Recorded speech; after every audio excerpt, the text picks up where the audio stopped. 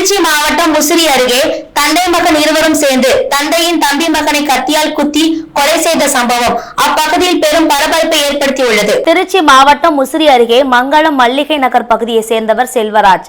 இவரது மனைவி செல்வி. கணவர் செல்வராஜ் கடந்த 2 ஆண்டுகளுக்கு முன்பு இறந்துவிட்டார். இந்நிலையில் செல்வி தனது மகன் பிரதீப், மகள் நிசாந்தினி ஆகியோருடன் வசித்து வருகிறார். மகன் பிரதீப் லாரி கிளீனராக வேலை பார்த்து வந்துள்ளார். வெளியூரில் வேலை பார்த்த பிரதீப் திருவிழாவிற்காக கடந்த 3 நாட்களுக்கு முன்பாக ஊருக்கு வந்துள்ளார்.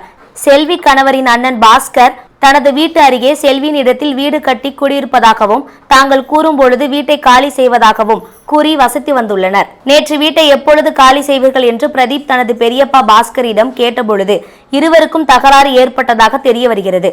அப்போது பாஸ்கர் வீட்டில் இருந்து அரிவாளை எடுத்து பிரதீப்பின் தலையில் வெட்டியுள்ளார். இதில் நிலை தடுமாறி கீழே விழுந்தவரை பாஸ்கரின் மகன் 16 வயது சிறுவன் வீட்டில் இருந்து ஆடு தோலிருக்கும் சூரி கத்தியால் பிரதீப்பின் மாயில் குத்தியதால் பலத்த காயமடைந்த பிரதீப் சம்பவ இடத்திலே உயிரிழந்து விட்டார். இது குறித்து தகவல் அறிந்த ஜெமுனாதபுரம் போலீசார் சம்பவ இடத்திற்கு விரைந்து சென்று பிரதீப் உடலை கைப்பற்றி பிரேத பரிசோதனைக்காக முசிறி அரசு மருத்துவமனைக்கு அனுப்பி வைத்தனர். சம்பவம் குறித்து செல்வி ஜெமுனாதபுரம் காவல் நிலையத்தில் கொடுத்த புகாரை தொடர்ந்து போலீசார் பாஸ்கர் மற்றும் அவரது மகன் ஆகிய இருவரையும் கைது செய்து விசாரணை மேற்கொண்டு வருகின்றனர். முசிறி அருகே தந்தை மகன் சேர்ந்து உறவினர் மகனை கொலை செய்த சம்பவம் அப்பகுதி மக்களிடையே பரபரப்பை ஏற்படுத்தியுள்ளது.